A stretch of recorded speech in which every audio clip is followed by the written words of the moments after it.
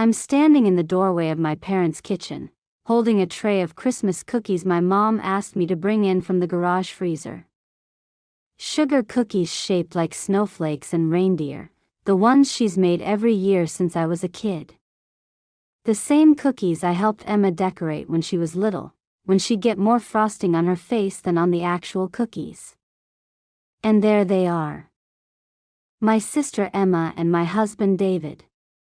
Pressed up against the counter next to the sink. His hands are in her hair, her long blonde hair that I used to braid for her when we were kids. Her arms are wrapped around his neck. And they're kissing. Not a peck. Not an accidental brush of lips. They're kissing. The kind of kiss that says this isn't the first time. The kind that makes my stomach drop through the floor. I don't scream. I don't drop the tray, though my hands start shaking so hard I'm surprised the cookies don't slide right off. I just freeze. My brain is trying to process what my eyes are seeing, but it's like the information can't compute. Like when you're reading words in a dream and they don't make sense no matter how many times you look at them. Because this is Emma. My little sister. The one who used to crawl into my bed during thunderstorms. The one I helped raise after our parents' divorce. The one who was my maid of honor at my wedding 8 years ago, crying happy tears as I walked down the aisle toward David. And this is David. My husband. The man who kissed me goodbye this morning and told me I looked beautiful in my Christmas sweater. The man who was sitting right next to me at the dinner table 45 minutes ago, his hand on my knee under the table. Time does this weird thing where it feels like I'm standing there for hours, but it's probably only 3 or 4 seconds. Long enough for me to notice the small details that will haunt me later. The way his thumb is stroking the side of her neck. The way her eyes are closed, like she's savoring it. The way they're both completely oblivious to me standing here, like they're in their own little world. The tray slips from my hands. Not drops, slips. It hits the tile floor with a crash that sounds like a gunshot in the quiet kitchen, and Christmas cookies explode everywhere, red and green sprinkles scattering across the white tile like tiny pieces of shrapnel. They jump apart like they've been electrocuted. Emma's face goes completely white. Not pale, white. Like every drop of blood has drained straight out of her body. Her hand flies to her mouth, and she makes this small sound, almost like a gasp or a whimper. David's mouth opens, but nothing comes out. He just stands there, frozen, his hands still half raised like he doesn't know what to do with them now that they're not on my sister. And I just stand there too, looking at both of them, waiting. Waiting for someone to say something that makes sense. Waiting for this to suddenly be a nightmare I'm about to wake up from. David tries the classic line, "It's not what it looks like." His voice comes out hoarse, broken. And I actually laugh. It's not a real laugh, it's this harsh, bitter sound that doesn't even sound like it came from me. Because what else could it possibly look like? What scenario exists where I walk in on my husband and my sister kissing and it's somehow not what it looks like? Emma starts crying immediately, tears streaming down her face, mascara already starting to run. She's apologizing over and over, saying she doesn't know what happened, that it just happened. I cut her off. Ask the only question that matters, how long? They look at each other. They actually look at each other, and in that single glance, I see everything I need to know. This isn't new. This isn't a drunken mistake or a moment of weakness or a one-time thing. They have a history. They have in U.S. David whispers it. 2 months. 2 months while I was planning Christmas. While I was wrapping presents with Emma's help, asking her advice on what to get David because she knows him so well now. While Emma was coming over for dinner every Tuesday, sitting on our couch, drinking wine in my living room, laughing at David's stories. While the three of us went to see Christmas lights together and I took pictures of them standing in front of the big tree downtown, thinking how lucky I was that my husband and my sister got along so well. 2 months of lies. I look at both of them, David with his guilty, panicked face, Emma with her tears and her smeared makeup, and I lay down the law. Very quietly. We're leaving. Right now. Both of them are going to walk back into that living room, say their goodbyes, act completely normal, and then David is driving me home. And if either of them says one word to anyone about what just happened, I will make sure every single person in that house knows exactly what kind of people they are. Emma looks terrified. Her whole body is shaking. David just nods. He knows better than to argue. I add one more thing. I tell Emma to stay away from me. Stay away from my house. Don't call me. Don't text me. I don't want to hear from her. She starts to protest, but I hold up my hand. I mean it. If she loves me at all, if she ever loved me, she will leave me alone.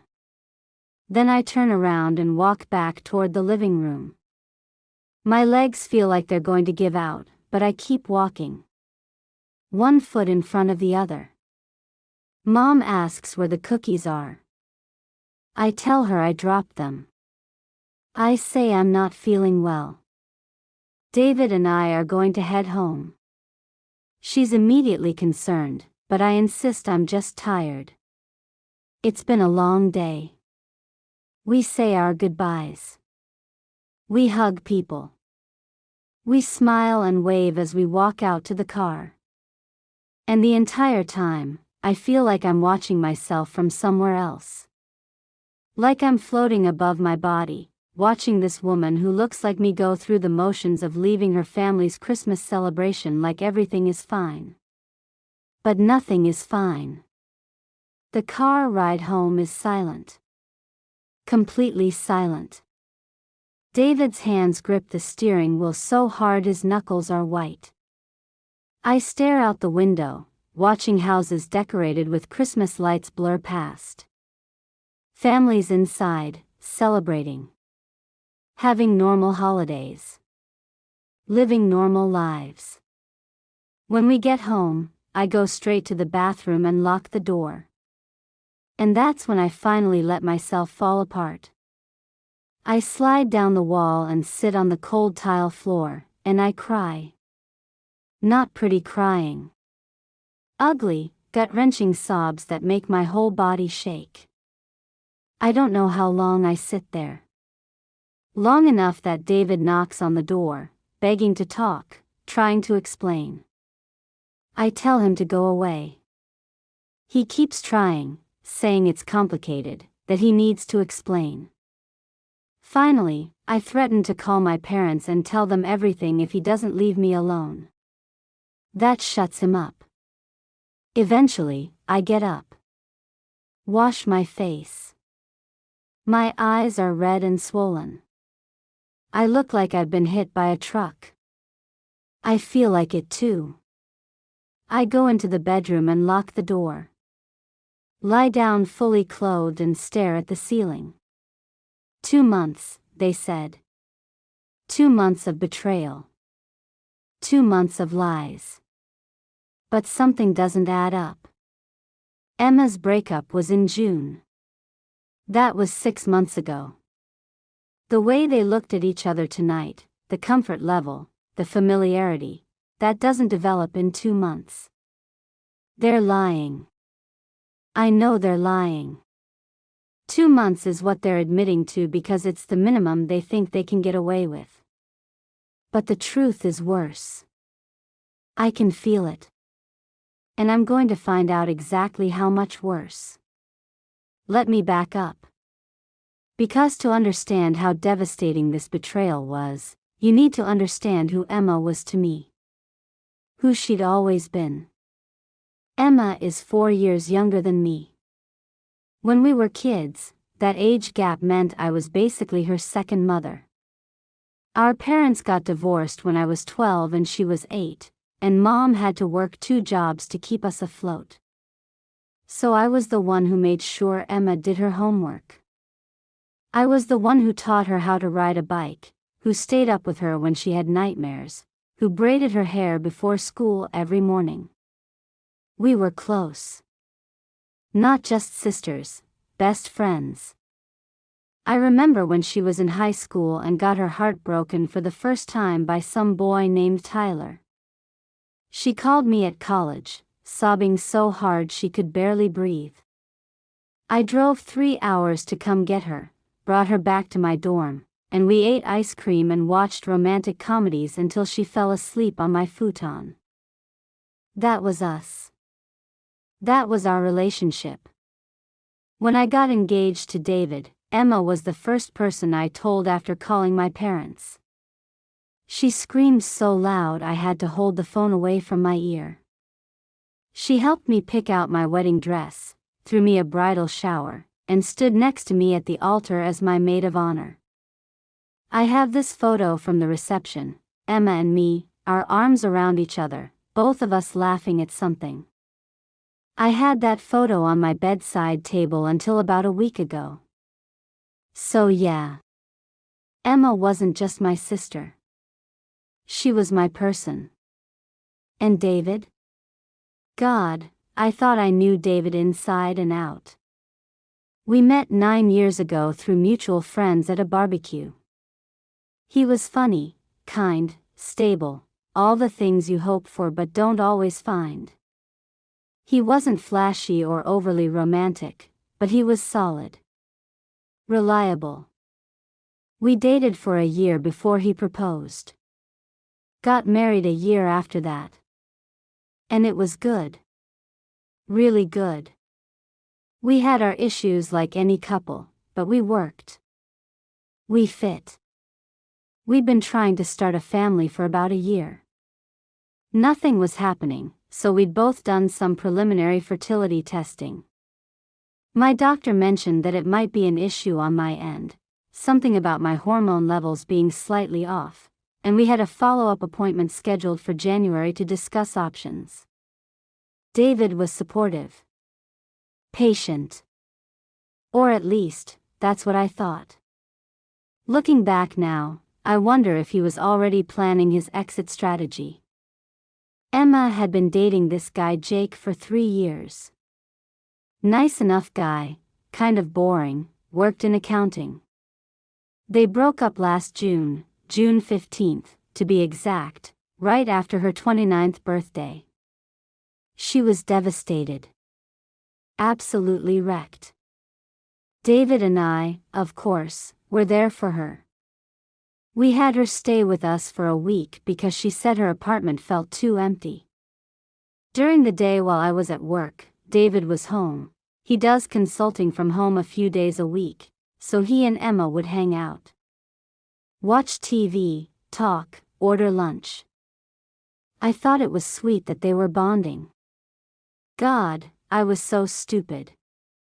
After that week, Emma went back to her apartment, but she started coming around more. A lot more. Tuesday nights became Emma dinner night. She'd come over, I'd cook or we'd order takeout, and the 3 of us would watch movies or play board games. Sometimes she'd stay until midnight, and I'd be the one yawning, ready for bed, while she and David were still deep in conversation. I told David once, after Emma had left, that I was so glad the 2 of them got along. That it meant a lot to me that my husband and my sister were friends. He smiled and kissed my forehead, saying she was family, that of course they were close. Family. Right. In September, it was Emma's birthday. David and I took her out to dinner at this Italian place she loved. But the next day, I found a receipt in David's wallet for a necklace. $800. When I asked him about it, he said it was for his mom's upcoming birthday in October. But his mom's birthday is in March. I remember thinking it was weird, but I pushed it down. Maybe he got confused. Maybe it was for our anniversary in November. I never saw that necklace. Not on his mom. Not on me. But I'd see it later, in photos on his laptop. On Emma. In October, Emma started asking me all these questions about David. What did he like for Christmas? What were his hobbies? What made him happy? I thought she was just being thoughtful, trying to get him a good gift. I even helped her brainstorm ideas, maybe get him that book he'd been wanting, or tickets to that comedy show in January. She took notes. Actual notes on her phone while I talked about my husband's preferences. Looking back now, every memory is tainted. Every sweet moment has this dark undercurrent I didn't see at the time. There was this one night in November. I came home early from dinner with my friend Sarah. She'd had a family emergency and had to leave, and when I walked in the house, David and Emma were on the couch watching a movie. Nothing inappropriate. They weren't touching. But something about the way they both jumped when I came in, the way they looked at each other before looking at me, felt off. Emma said hey, too brightly, mentioning that she'd thought I'd be out later. I explained that Sarah had to go and asked what they were watching. David grabbed the remote quickly, saying it was just some Netflix thing, nothing good. But I could see his phone screen light up on the coffee table. A text notification from E. I couldn't see what it said before the screen went dark again. I told myself I was being paranoid. That I was stressed about the fertility stuff and looking for problems where there weren't any. That I trusted them both completely. Trust. That's the thing about trust, isn't it? When you really trust someone, you can explain away anything. You choose the innocent explanation over the suspicious one every single time. The last red flag I remember was about 3 weeks before Christmas. Emma and I were out shopping together, just the two of us. Sister time. We stopped for coffee, and she got this faraway look on her face. She asked if she could ask me something. Of course, I said. She paused, stirring her coffee slowly, then asked if I'd ever wanted something I knew I couldn't have. I laughed and said sure, all the time. Like $1 million or the ability to eat whatever I want without gaining weight. She didn't laugh. She clarified, no, something real. Something that would change everything if I went after it. I looked at her more carefully then and asked what was going on, if she was okay. She blinked, and whatever moment we were in passed. She smiled and said nothing, never mind, that she was just being philosophical. We moved on to talking about Christmas plans. But that conversation stuck with me. Not enough to really worry, just enough to file away as Emma being weird. I didn't know she was talking about David. About how she wanted my husband but knew she shouldn't.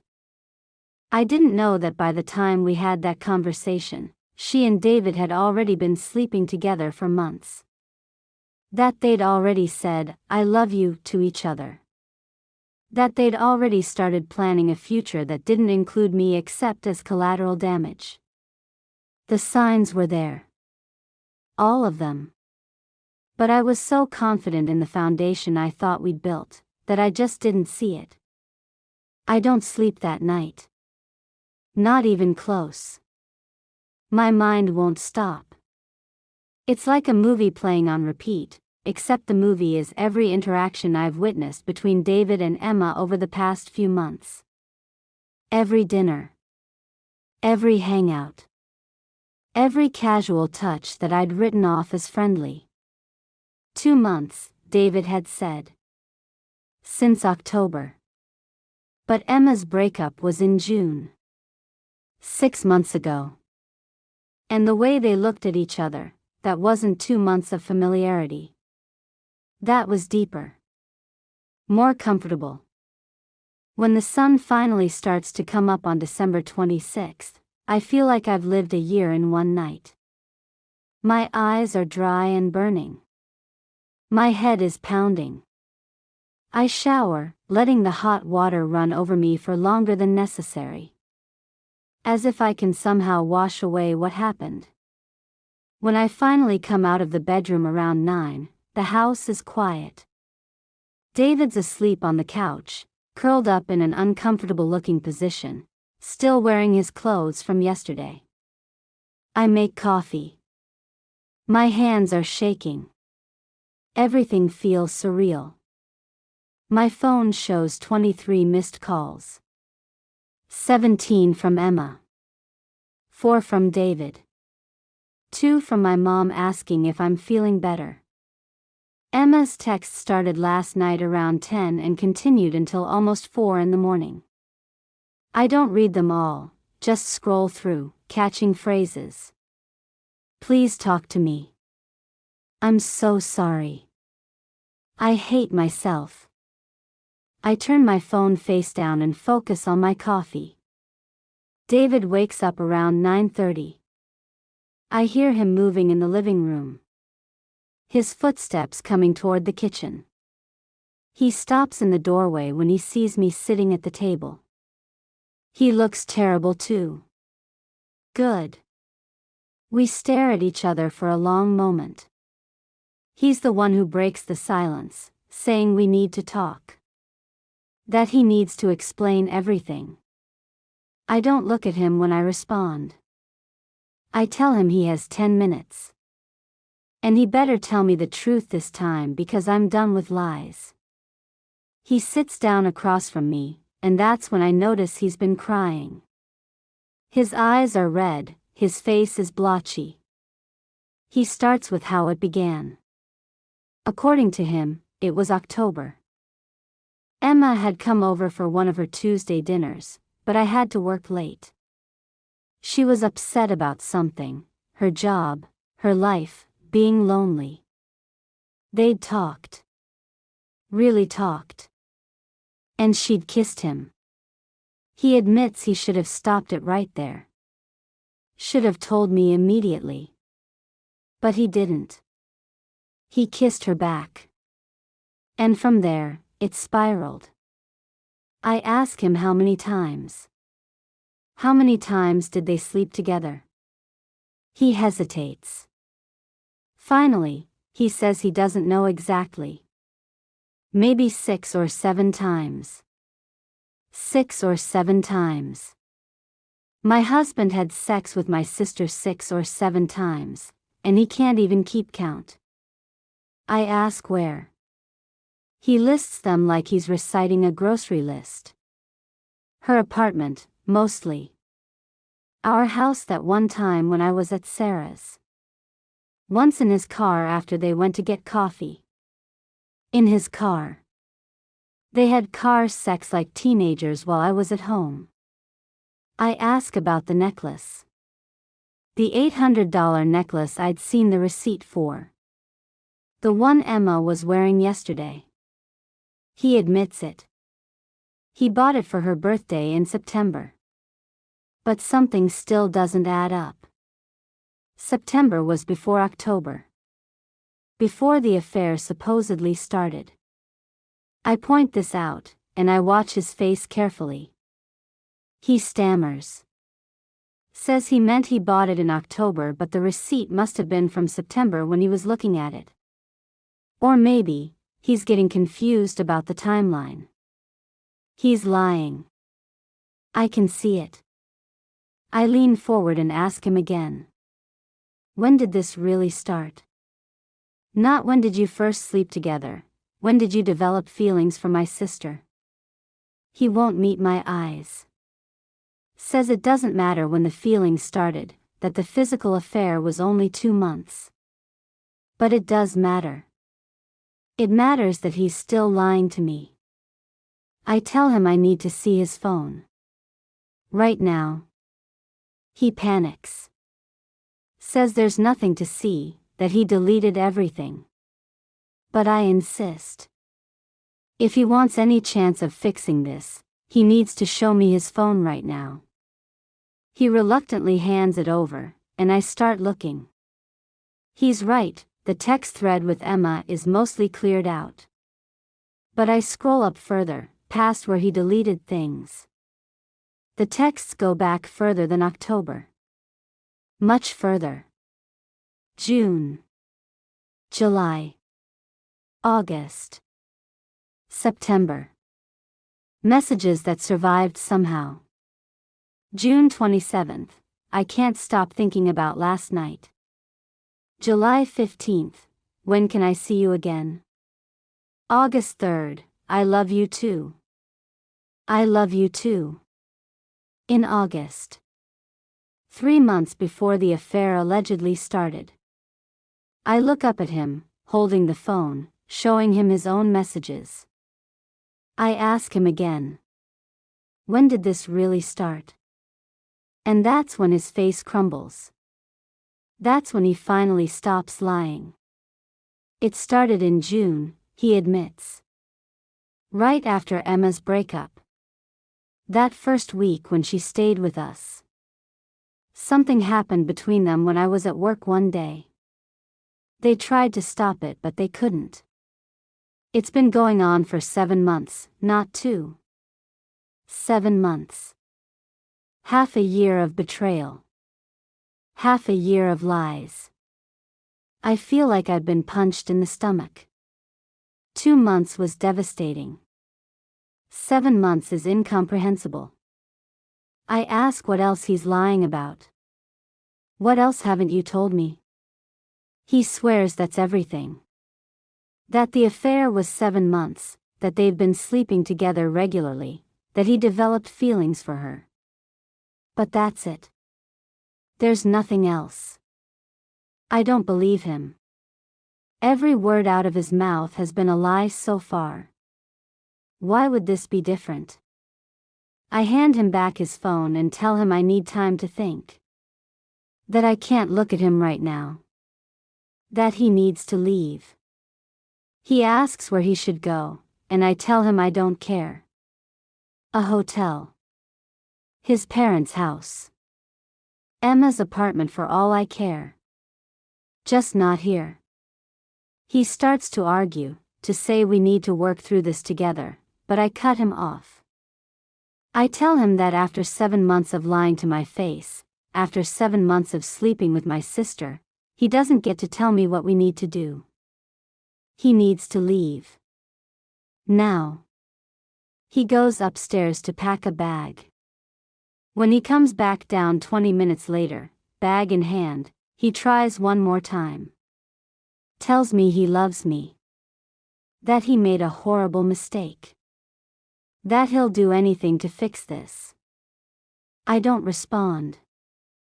I just stare at him until he leaves. The door closes behind him, and I'm alone in the house we bought together.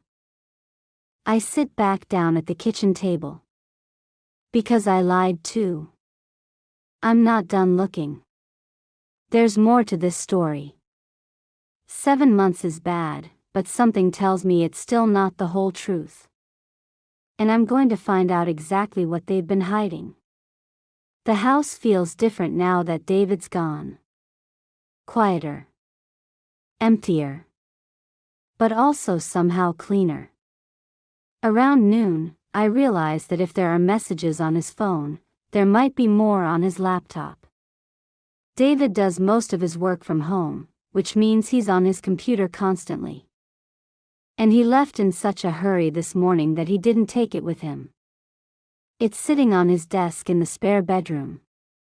I open the laptop, and I'm in. He never changed his password from the one I already knew. I start with his email.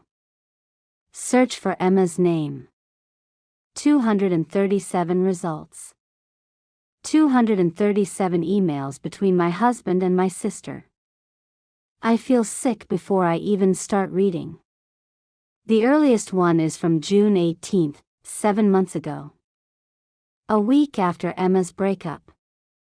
The subject line is just, "Hey." Emma's written, "Thank you for yesterday. I needed someone to talk to and you were there for me. It meant more than you know." David's response, "Anytime. Your family. I'm always here if you need me." Innocent enough. But knowing what I know now, I can read between the lines. Yesterday, that would have been June 17th. One of the days that first week when Emma was staying with us while I was at work. I keep scrolling. The emails get less innocent as the weeks go on. June 24th, Emma, I can't stop thinking about what happened. I know we said it was a mistake, but was it? June 25th, David, I don't know. All I know is I can't stop thinking about it either. July 2nd, David, that was a mistake. We can't do this. You're her sister. July 3rd, Emma, but we did do it. And I don't regret it. Do you? July 5th, David, no. God help me, no. They were going back and forth about it. Having a moral crisis. Knowing it was wrong but doing it anyway. And all while I was going to work every day, coming home, making dinner for the three of us, completely oblivious. The emails from July and August are full of planning. When they can see each other. Where they can meet. How to make sure I don't find out. August 8th stands out. Emma, I need you to know something. This isn't just physical for me. I think I'm falling in love with you. August 11th, David, I love you too. I'm sorry. I know I shouldn't. But I do. There it is. August 11th. He told her he loved her. 4 months ago. While I was planning our anniversary dinner. September is when things get more serious. They're not just sleeping together, they're planning. Talking about the future. September 15th, Emma, we can't keep doing this forever. Eventually she's going to find out. September 17th, Emma, maybe we wait until after the holidays? Give her one last good Christmas with the family before everything changes? My hands are shaking so hard I can barely scroll. They were planning to tell me. They were going to wait until after Christmas and then blow up my life. Then I see something in mid-November that makes my blood run cold. November 15th, subject line, appointment confirmation. It's from a medical office. Dr. Richardson's Fertility and Reproductive Health Center. I open it. Dear Mr. Anderson, this email confirms your appointment on November 18th at 2 p.m. Please bring your partner and any relevant medical records. We look forward to helping you both on your family planning journey. Family planning journey. With Emma. I searched Dr. Richardson in his email. 3 more results. October 30th, Emma to David, I found a fertility specialist that has good reviews. Dr. Richardson. Should I make an appointment for us? November 1st, David to Emma, yes. Let's do it. They went to a fertility doctor. Together. To see if they could have a baby. While I was going to my own fertility appointments. While my doctor was telling me my hormone levels were off and we might need assistance to conceive. While I was taking vitamins and tracking my cycle and hoping that maybe this month would be the one. My husband and my sister were at a completely different doctor's office, trying to figure out if they could start a family together. I run to the bathroom and throw up. This is the even worse part. This is what they were hiding. They weren't just having an affair. They were planning a life together. A family together. I splash water on my face and force myself to go back to the laptop. I search "baby" in his emails. 14 results. October 5th, Emma, I know I can't have kids naturally. The doctor told me years ago. But there are options. IVF, surrogacy, adoption. If we were together, would you want that? October 6th, David, yes. I want a family. And if it's with you, then yes, we'll figure it out. Emma can't have kids. She's known for years and never told anyone in the family. And somehow that became part of their bond. I keep searching. Tell her brings up 32 results. They've been discussing how and when to tell me for months. I find an email from December 3rd. 3 weeks before Christmas. Emma, I can't do this anymore. Lying to her face. Helping her pick out your Christmas present. It's killing me. David, I know. Me too. Let's stick with the plan. After New Year's. We'll sit her down and tell her everything. He was going to leave me. That was always the plan. I search for the most recent emails. There's one from December 24th, Christmas Eve. The day before everything fell apart. Emma, tomorrow is going to be hard. Seeing her so happy when we know what's coming. David, I know. But it's the last time we have to pretend. Soon this will all be over and we can finally be together. Emma, I love you. I can't wait for our future. David, I love you too. Soon. Soon. They were days away from telling me. I spend the next hour going through everything else. His browser history shows he's been looking at apartments in different neighborhoods. His photo library has pictures I've never seen. Him and Emma together. One of them kissing. There's a folder on his desktop labeled Personal. Inside are documents. A pros and cons list about leaving me versus staying. Pros for leaving: Emma, fresh start, authentic love.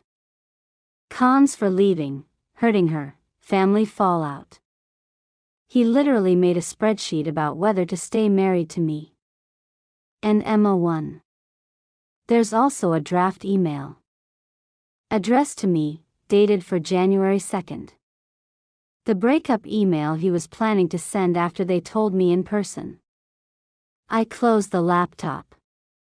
It's almost 3 in the afternoon. I've been investigating for hours. This wasn't a mistake. This was calculated. Months-long affair with plans for a future together.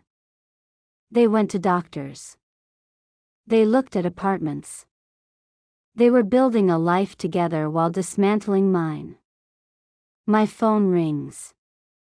It's David. On the third call, I answer. He asks if I'm okay. I tell him I'm home. Going through his laptop. I've seen everything. Long silence. Then he asks what I mean. I tell him. The emails. The fertility clinic. The apartment searches. Everything. He says we need to talk. That there's context I'm not understanding. I tell him there's nothing to talk about. I've seen who he really is. And I'm done. I hang up. Block his number. Block Emma's. Because I know now, they're not sorry they did it. They're sorry they got caught. It's time to tell my parents.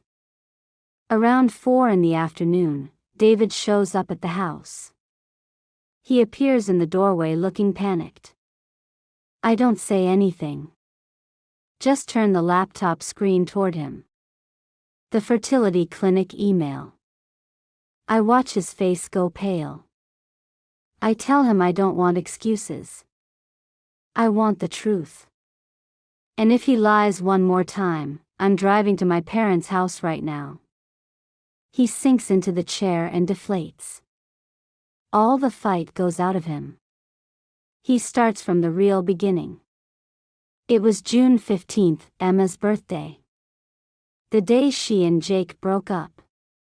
Emma called him, hysterical. I was at work. So David went to pick her up and bring her to our house. She was devastated. He held her while she cried. But then she kissed him.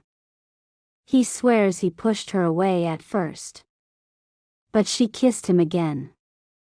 And this time he didn't stop her. That was the first time. In our living room. While I was at work.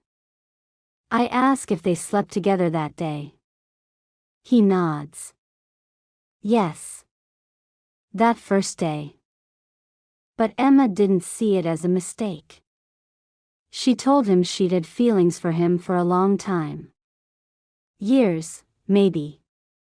That seeing him with me had always hurt. I interrupt. Did she have feelings for him before our wedding? He hesitates. Then admits yes. Emma confessed she'd been attracted to him from the moment we started dating. That being my maid of honor was one of the hardest things she'd ever done. My sister stood next to me at my wedding while secretly wanting my husband. For 8 years. I ask about the fertility clinic. He explains that in October, Emma opened up about her infertility. She'd found out years ago but never told the family. And David, who'd been struggling with our fertility issues, felt like they understood each other. So they started researching. IVF. Surrogacy. Adoption. In early November, Emma suggested they go to a fertility specialist. They went to Dr. Richardson's office on November 18th. The doctor told them that with IVF, Emma could likely carry a pregnancy. They could have a baby together. David describes how Emma cried when she heard that. Happy tears. And he held her in the parking lot, and they talked about what that baby might look like. They were planning my replacement. He started looking at apartments in late November. He even put a deposit down on one, a 2-bedroom in case the fertility treatments worked. They'd scheduled the breakup talk for January 3rd. They were going to sit me down and tell me everything. They'd rehearsed it. They genuinely believed the family would eventually accept it. I ask if he loves me anymore. He takes a long time to answer. Finally says no. His heart belongs to Emma now. I tell him I want a divorce. When he leaves, I finally let myself cry. Real cry. Grief tears. But I'm not going to let them control the narrative. Tomorrow, I'm telling my parents everything. The next morning, I drive to my parents' house. Mom answers, immediately concerned. I sit them down and tell them everything. About catching them kissing. About the 7 months. About the fertility clinic. About the apartment deposit. About Emma having feelings for David since before my wedding. I show them screenshots. Emails. Photos. Mom is sobbing. Dad looks like he's aged 10 years. Dad calls Emma and tells her to come to the house. 30 minutes. Emma arrives looking terrible. Dad asks yes or no questions. Did you sleep with your sister's husband? Yes. For 7 months? Yes. Did you go to a fertility doctor? Yes. Did you have feelings for him before the wedding? Yes. Mom asks how Emma could be maid of honor while wanting the groom. I interrupt. I tell them about the emails where Emma pursued David. Where she kissed him first. Emma admits she loves David. That she can't turn off her feelings. I remind Emma about helping me pick out David's Christmas present. Taking notes. I found those emails. She wasn't buying a gift, she was building a life with him. Emma breaks down completely. Dad tells Emma she's not the victim. She made choices. She betrayed her sister. Dad tells Emma she's not welcome here right now. She needs to leave. Mom adds quietly that Emma should stay with David, since he's what she wanted so badly.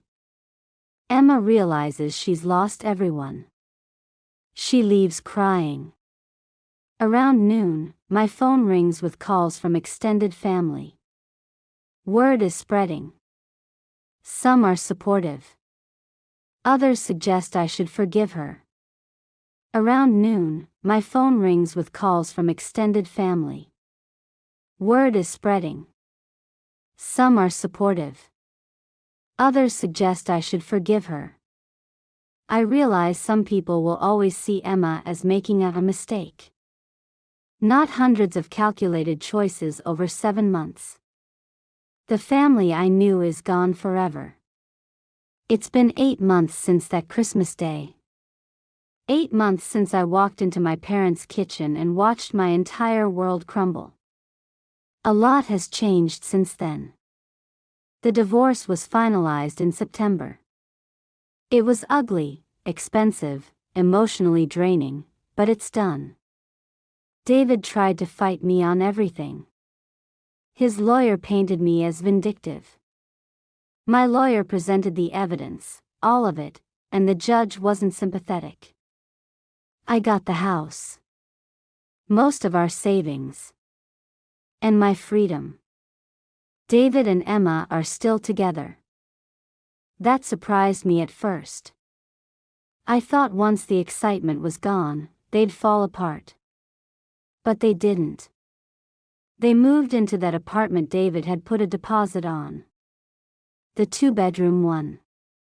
Just in case. I heard through the family grapevine that they're not trying to get pregnant anymore. The fertility doctor dropped them as patients once she found out the circumstances. Something about ethics and not wanting to be part of infidelity and family destruction. I hope that keeps them up at night. But honestly, I don't think about them much anymore. At least not in the way I did those first few months when every thought was consumed by betrayal and rage. My relationship with my parents is complicated now. Mom tried to stay neutral at first. Tried to maintain relationships with both Emma and me. But she quickly realized that wasn't possible. She chose me. Not easily. Not without tears and guilt. But she chose me. Dad cut Emma off completely. He told her he needed time, maybe years, maybe forever, before he could look at her without seeing what she did. He said he still loves her because she's his daughter, but he doesn't like who she's become. Emma sends them cards on holidays. Tries to call on birthdays. Mom usually answers. Dad never does. I haven't spoken to Emma since that day at my parents' house. She's tried to reach out, emails, texts from new numbers I keep blocking, even a letter she sent through Mom. In it, she said she understands why I hate her. that she deserves it. But that she wants me to know she's truly sorry for how everything happened. Not sorry for falling in love with David. Not sorry for pursuing the relationship. Just sorry for how it happened. For getting caught before they could tell me on their own terms. That's the thing I keep coming back to. They're not sorry they did it. They're sorry they got caught. And there's a huge difference. Some family members have stayed firmly on my side. Aunt Carol, my cousin Jenny, Uncle Mike. They've made it clear they want nothing to do with Emma and David. But others have softened over time. My cousin from out of state thinks maybe I should consider forgiving Emma eventually. That family is important. That holding grudges only hurts me. What they don't understand is that this isn't a grudge. This isn't me being petty. This is self-preservation. This is protecting myself from people who spent 7 months actively deceiving me and planning to destroy my life. Forgiveness isn't something I owe them. And it's certainly not something they've earned. The first few months after everything fell apart were the darkest of my life. I started therapy in January, not couples therapy, just therapy for me. To process the trauma. To understand how I missed the signs. To learn how to trust again. My therapist asked me an interesting question early on. She asked what I learned about myself through this experience. At first, I couldn't answer. I was too angry, too hurt, too focused on what I'd lost. But as the weeks went on, I started to realize some things. I learned that I'm stronger than I thought.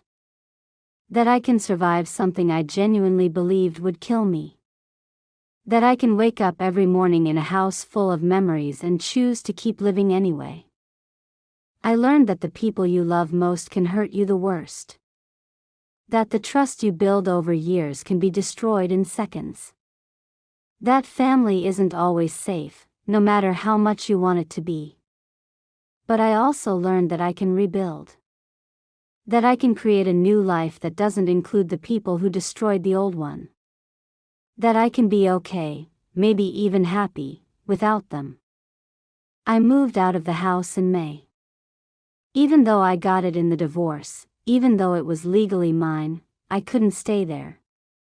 Every room held memories that had been poisoned. I sold it and bought an apartment downtown. Smaller than the house, but it's mine. Just mine. No ghosts. No painful memories. Just a clean slate and the possibility of starting over. I went on my first date in June. A friend of a friend who didn't know my whole messy history. It was terrible. Awkward and forced, and I spent the whole time comparing him to David, which wasn't fair to either of us. But I laughed about it later with my therapist, and that felt good. Laughing. Remembering that life exists outside of trauma. I've been on a few dates since then. Nothing serious. Nothing that's going anywhere. But I'm learning how to be vulnerable again. How to trust, even though I know now that trust can be shattered. It's slow. Some days I feel like I'm making progress. Other days I wake up and the first thought in my head is still them. Still the betrayal. But those days are getting fewer. And the good days are starting to outnumber the bad ones. I'm planning to spend this Christmas with my parents and the family members who have stood by me. It won't be like it used to be. We'll all feel the absence of Emma and David, whether we acknowledge it or not. But maybe that's okay. Maybe it can be something new. Something honest, at least. Because here's what I know now. I'd rather have a small circle of people who are genuinely on my side than a big family full of people who might betray me. I'd rather have truth, even when it's painful, than comfortable lies. If you're watching this because something similar happened to you, I want you to know a few things. First, it's not your fault. I spent months wondering what I did wrong, what I could have done differently. But the truth is, there's nothing I could have done. They made their choices. Hundreds of choices over 7 months. And those choices were about them, not about me. You didn't cause their betrayal by not being enough or not seeing the signs. They made a choice. Multiple choices. Over and over again. And that's on them. Second, you don't have to forgive them. I know people will tell you that forgiveness is for you, not for them. And maybe that's true for some situations. But for this, you get to be angry. You get to protect yourself. You get to say that some betrayals are too big, too calculated, too devastating to just forgive and move on from. Forgiveness is not something you owe anyone. Third, you'll survive this. I know it doesn't feel like it. I know there are days, maybe even weeks or months, where you can't imagine feeling normal again. Where the pain is so consuming you can't see past it. But you will survive. You'll find moments of peace, then minutes, then hours, then whole days where you don't think about it. Where you're just living your life and you realize suddenly that you're okay. Not perfect. Not healed completely. But okay. And eventually, you'll find a version of yourself that exists without them. A version that's maybe a little harder, a little more cautious, a little less trusting. But also a version that's stronger. More resilient. More aware of her own worth. Fourth, some people won't understand. They'll tell you to forgive. To move on. To give them another chance because they're family. They'll minimize what happened or suggest you're being too harsh. Those people have never experienced this kind of betrayal. They don't know what it's like to have the two people you loved most systematically destroy your life while pretending to care about you. You don't owe them explanations. Your healing is your own, and it happens on your timeline, not theirs.